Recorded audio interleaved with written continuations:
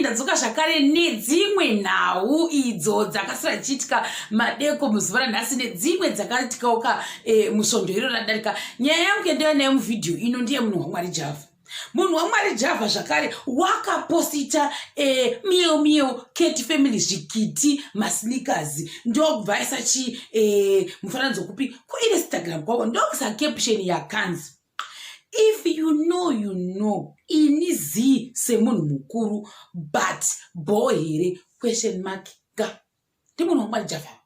Kwatisi kuti apapa vaireverera kuti izvi zvaitwa apapa ibrand yavanhu here kana kuti zvaitwa navanhu zuro yavo tinzi brand what I don't know kuti ndozvakaitira here oro inogona kunge iri futi mutactic yekuti vari kubatsira zvavo here kuadvertisa mura Kate family indirectly. I don't know. Ndenda kwire zvakare ipapo nekuti ndo zvavangotara chete. Saka yekuzonzi bo here atizozivi kuti ibo here kuti patova neshangu dzezvikiti dzekuti meyo dzekutengeswa oro vakutanzira kuti zvoni this brand is coming from somewhere. Ini handizivi ipapo ndetapwire ndobva vanhu vati thanks for marketing musoro pangu usagwadziwe vanhu ava hazvikwadi vanhu panguva inoyi regai ngodanzira hangu kuti vanhu havasundi ito zvamunokwanisa kutaura hangu vamwe ndokuti zvimwe mungataure henyu but bhusu iyo inyama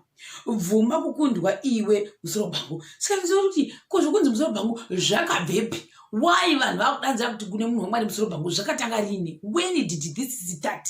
I don't know. Ndatokuta confused. Zvikanzi wafunga uri kudzikisira munhu apa uchisimudzira munhu so ndokutanga kuseka vanhu zvavo. Pokelo does the same thing kuChina uko but pane akambotaura here nai imi vanhu imi nandizivo zvikanzi zvakare nevamwe thank you nekupusha marketing zviri kutofamba soko ndobva vamwe vati nai nekuti zvaitwa namaititi vanhu votaurisa vari kureva here kuti he didn't know the Kate story was gonna get to this extent. Ndo zvaita vanhu kuti aiwa this Kate story makatanga kuti miyo chikiti chichi zvese izvezvi asi madero hamuna kuzoziva kuti zvichaita kuti mumwe munhu uzoita sei uzotanga kuwana business. I don't know. Ora pamwe munhu waMwari waita prophesy kuti ndikatanga kuti Kate family kudachi ndo zvichada kuti mumwe munhu atanga kutengesa zvine chikiti clothes. I don't know futi ipapo ndobva mwadanzira kuti she's hustling 100%. Kana hustle rabhadhara mofana kuzongopochi profit sando dzavo. Vamwe vakati why? Zvikanzi vakavhura mukana the Kate family came from the red.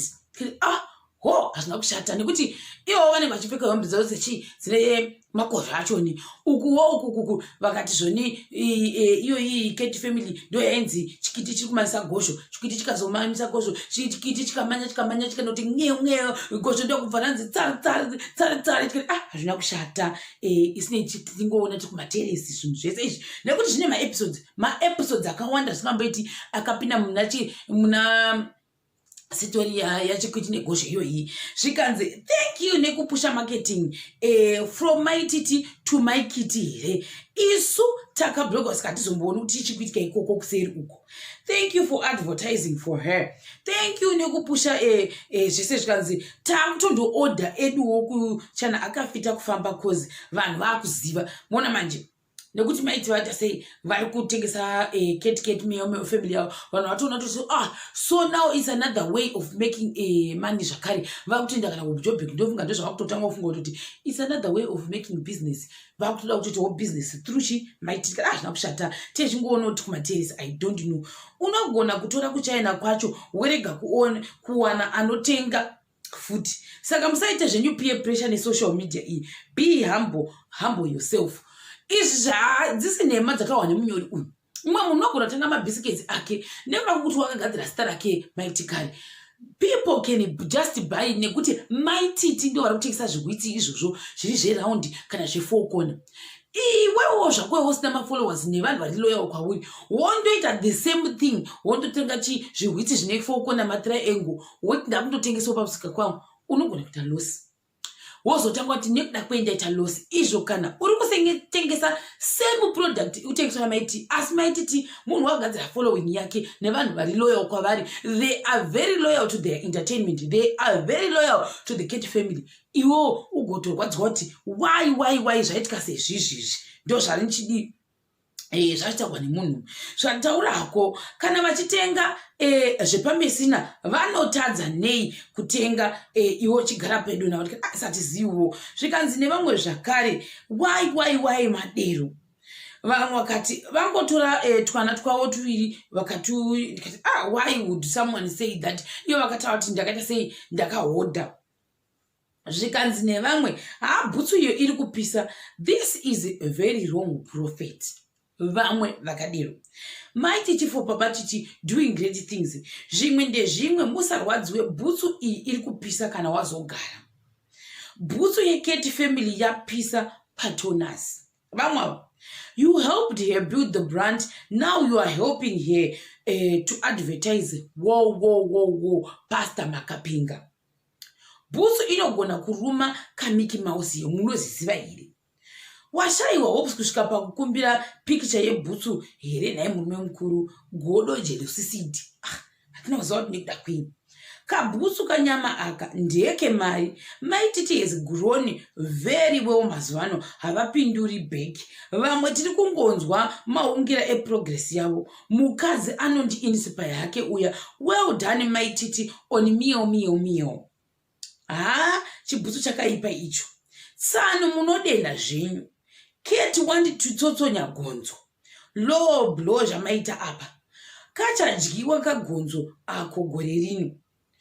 Zvamuchembere so. I so get this mighty product. Munodenda bless imi. Zvimwe siyanai nazvo and maintain your dignity.